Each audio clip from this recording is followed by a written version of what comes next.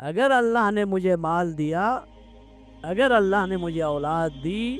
اگر اللہ نے مجھے حکمرانی دی، اگر اللہ نے مجھے اپنی قوم کا سردار بنا دیا، تو اگر میں ان معاملات میں اللہ کے حکم پر عمل کرتا ہوں، مال اس طرح سے کماتا ہوں جس طرح اللہ نے کمانے کا حکم دیا ہے، اور اسی طرح سے خرچ کرتا ہوں جس طرح اللہ نے خرچ کرنے کا حکم دیا، جس طرح اللہ نے خرچ کرنے کا حکم دیا اسی طرح خرچ کرتا ہوں، جس طرح اللہ نے حلال طریقے سے حاصل کرنے کا حکم دیا اسی طرح سے حاصل کرتا ہوں، اور پھر اس مال اور دولت کے انبار کو اللہ کے راستے میں خرچ کرتا ہوں۔ یہ نہیں ہے اولاد کے لیے نہیں رکھنا، بعض اوقات ساتھی غلطی کر لیتے ہیں،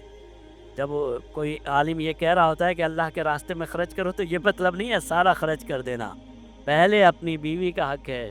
اپنی اولاد کا حق ہے، پھر جو بچ جائے وہ اللہ کے راستے میں، اور پورا بھی نہیں خرچ کرنا، جتنا اللہ نے توفیق دی ہے اتنا خرچ کرنا ہے۔ تو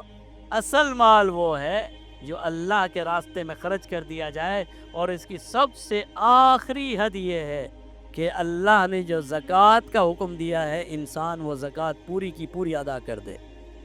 جو انسان اپنے اوپر واجب الادا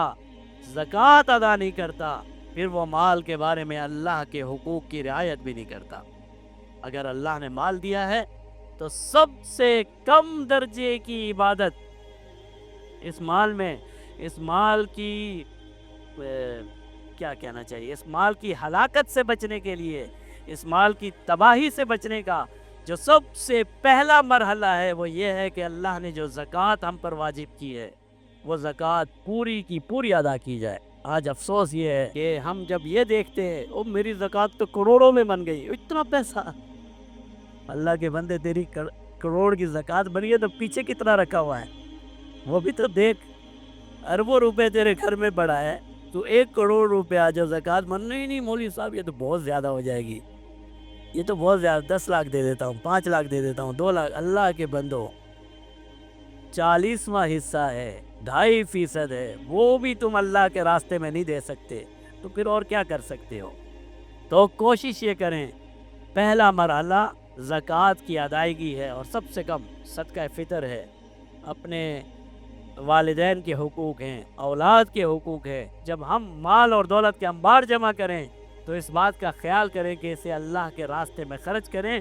اللہ کی اطاعت اور فرما برداری میں لگائیں، تاکہ یہ نعمت بن جائے اور اس کی ہلاکت اور اس کی تباہی سے ہم سب محفوظ ہو جائیں۔ اللہ تعالی ہم سب کو اس پر عمل کرنے کی اور مال و دولت کو صحیح طریقے سے کمانے اور خرچ کرنے کی توفیق عطا فرمائے۔